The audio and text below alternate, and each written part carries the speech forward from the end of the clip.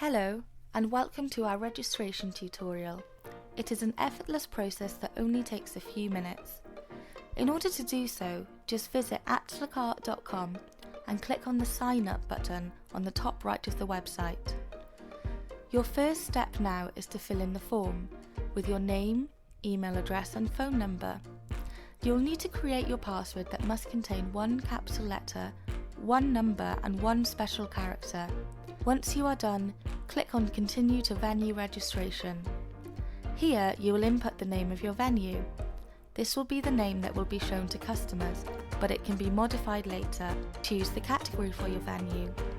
Do not worry if you do not find the right category for you, or if your venue falls under more than one category.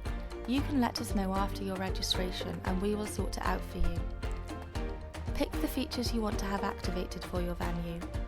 Remember, you can always activate or deactivate them in your venue settings in the future. The last step is to include your venue address and you are done. Ready! You have completed your registration. We will review the application and authorise your account in no time. When that happens, you will receive a welcome email containing all the information you need to get started. And that's all. Thank you for watching this tutorial.